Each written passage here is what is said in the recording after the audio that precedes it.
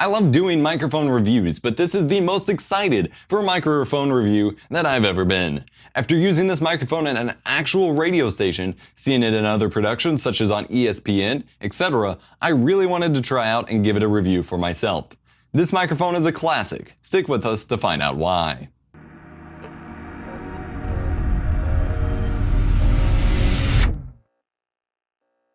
We looked at the little brother of this microphone before, the RE20. Well, now we're looking at the classic, the mic with a huge reputation, the Electro Voice RE20.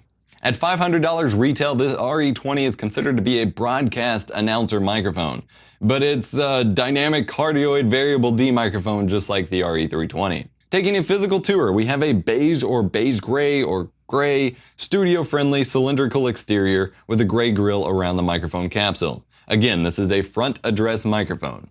Towards the bottom is a switch between the flat sound profile and the bass roll-off mode, which is good to prevent heavy low end from carrying too strongly over signal processing, often good for radio and other sorts of broadcasts. There's also the standard XLR connection at the bottom. The mic is quite a bit heavier than its little brother, the RE320, but still noticeably lighter than my Rode Procaster. The mic is about 8.5 inches long and 2.13 inches in diameter at the widest point and weighs about 737 grams or 1.62 pounds. So that's almost a pound and a half, or that's almost a pound difference between the RE320.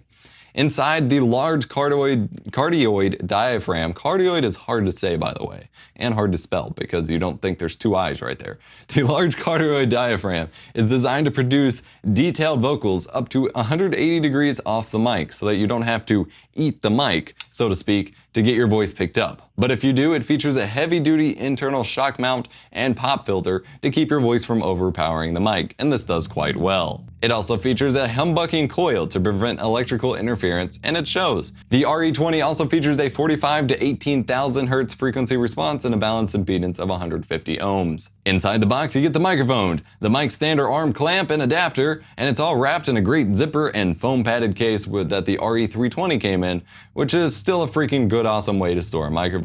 So how does this bad boy sound? Well, again, for my test, I used the Focusrite Scarlett 2i2 interface and the Cloudlifter CL1 preamp with the mic on my desktop arm to achieve the best possible sample quality.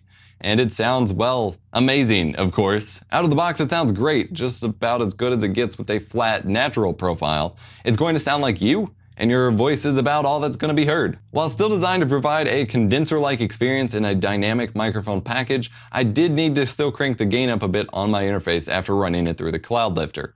However, the RE20's signal remained ridiculously clean, with the plus 25 dB of preamp through the Cloudlifter and the gain knob halfway up on my interface. I don't really know how much that amplifies things. There's still virtually no noise floor. There's just no background noise at all. Nothing. Okay, so let's process the hell out of it and see what it does. Normalization to bring it up a bit more, EQ and compressor to make it sound sexy, normalization again, parametric EQ and hard limiting to make sure it's as loud as it can be. Still, a super clean and now very radio sounding signal. There's no electrical noise, interference, nor any background noise with this microphone. It is damn impressive. Most mics produce an inherent hiss at that level of processing, not to mention having a high noise floor or hearing the ambient room noise around you. There's almost nothing with this, just some smooth and clean vocals. And for a case scenario, when I did use this in the radio station, the part that I actually used was back in the production room, which had all of the audio servers and racks going, which was loud as can be, and none of that actually came through on the radio, so this mic can filter out a lot. Now, this mic is meant to be a professional broadcast mic, like at a radio station, so it's somewhat designed for environments like that involve some heavy mixing. Unlike the RE320 that I previously reviewed, it has completely flat and natural sound profile out of the box, but retains a ton of detail. That means when you do start mixing and processing it, you can pull tons of sound from it. You can get lots of bass, a full mid-range, and a super crisp high end. This is one sexy microphone. I'll play a couple raw and processed audio samples here, and you can hear more over on my SoundCloud, including clips from all the mics I've reviewed so far for comparison. This is another microphone test using the Electro Voice RE20 microphone. Ladies and gentlemen, let's get right into the show. You're watching EPO's Vox, W97.5 QMZ. This is another microphone test using the Electro Voice RE20 microphone. Ladies and gentlemen, let's get right into the show. You're watching EPO's Vox, W97.5 QMZ. Alright, this is now a microphone test using the RE20 microphone from Electro Voice with the bass drop profile switch enabled. This is a test. 98.9 WAMZ. Ladies and gentlemen, this is a test. Alright, this is now a microphone test using the RE20 microphone from Electro Voice with the bass drop profile switch enabled. This is a test. 98.9 WAMZ.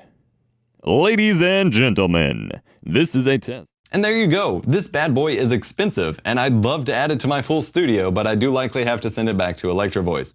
But that's okay, because I'm glad I got to play with it. Like I said, this mic is a true classic. I will be doing a comparison video between the RE20, the 320, and my Procaster in a future video, as well as an individual review of the Procaster, so make sure you're subscribed for those. And I already put up my review of the RE320, so make sure you go check that out as well. Links will be in the description below to everything, and make sure you're subscribed for more videos. Something else you should subscribe to is lynda.com. Lynda.com is a great place to learn about pretty much anything. Video editing and production, business management skills, how to get along with your kids better, how to process audio to sound as sexy as can be on the radio. It's all there. Best of all, you can try it out for 10 days for free by heading to the link in my description below or heading to eposvox.com/Lynda to learn more. I just completed a 24-hour long DSLR tip series, and I'm about to start another one. And I've learned a ton of new stuff that I'm really excited to implement here on the channel. Thanks so much for watching my review of the Electro Voice RE20 dynamic cardioid microphone. This thing is a beast. As always, links to this product will be in the description below, as well as links to our social media pages where you can follow us to never miss a video, our Patreon campaign where you can get early access to our videos, and our other YouTube channels where we post more videos. You can see I do a lot with videos here, as well as the full review of this up on my website. Be sure to smash the like button if you enjoyed it, don't forget to subscribe, and I will catch you in the next one.